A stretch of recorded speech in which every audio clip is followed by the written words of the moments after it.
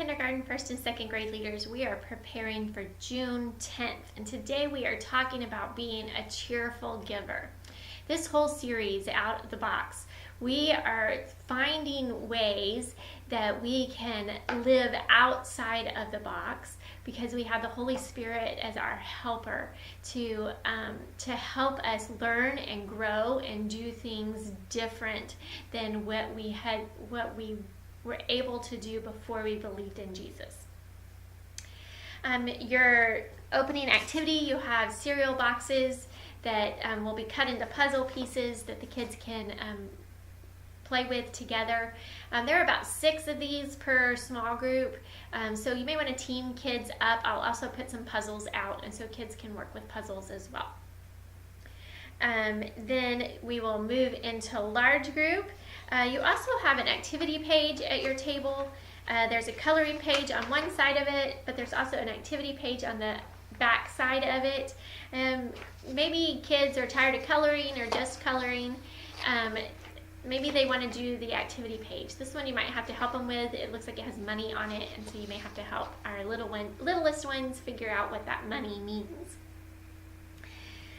Then we will move into large group where we will play a game, sing a worship song together, and teach our lesson about being a cheerful giver.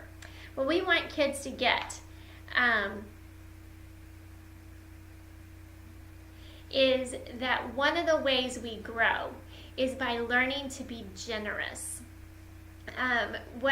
As the Holy Spirit is helping us change our mind, helping us change how we think, helping us change how we do things.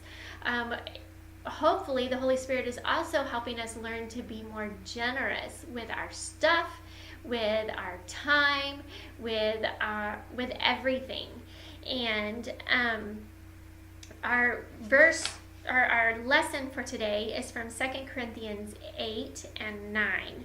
And there, the verses say, whoever sows sparingly will also reap sparingly, and whoever sows generously will also reap generously.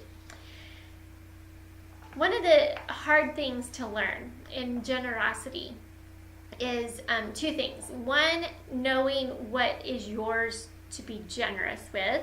Us as parents know that. Our kids are more than willing to be generous with our time and with our money and with our resources, especially as they get bigger. So understanding what is yours to be generous with, but also learning that through generosity, we are learning to give ourselves. That's one of the ways that we feel like the party is so important, because we're all learning to be more generous in sharing Jesus more than anything with everyone, because we're having to practice being generous by hosting a party, being generous by first off being willing to share Jesus in a group of friends that we may not have done that with before. Also finding ways that generosity can help continue to change our perspective on the world and things around us. So in your small group time, you will have a stack of papers, enough papers for each kid to have one color paper.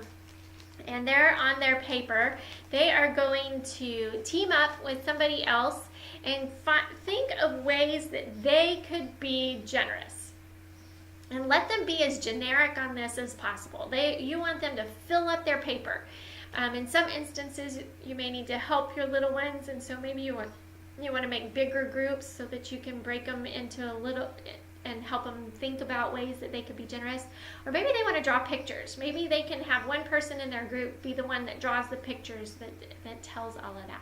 Or if you want, I will put some big pieces of paper in your small group time, and you could do that together. Like as they shout out things, you could draw a big picture of that on a big piece of paper so everybody can do that together. What we want to talk about in this is talk about the attitude we have when we are generous. Why is attitude a big thing when we are being generous with people? Because many of us give things with a bad attitude, and then we're not generous. if our attitude is bad in the giving, we are not necessarily being generous. We are not joyfully giving because we see a need. So have fun with that. I encourage you to talk about your the discussion questions. Well, the very first question is, God doesn't need our money. And that could really strike up an amazing conversation in your small group. I know many kids, when we are doing the offering, they want to know where all that money goes. And we always say that goes to God, but what is, talk about that, and that God doesn't really need our money. God needs the heart, and the way our heart is changing, so that He can mold us to have us do bigger and better things for Him every day. Your memory verse activity, you're going to write the memory verse on your marker board, and find ways to help kids memorize all of those words. Maybe you want to play hangman, maybe you want to play a game with it, so that they are continuing to learn our memory verse for the month. Pray and dismiss. And if you have any questions, please feel free to reach out to me anytime. I am here for you all week long. This is not just a Sunday only thing, but I do appreciate your time and commitment to kids and to helping them grow.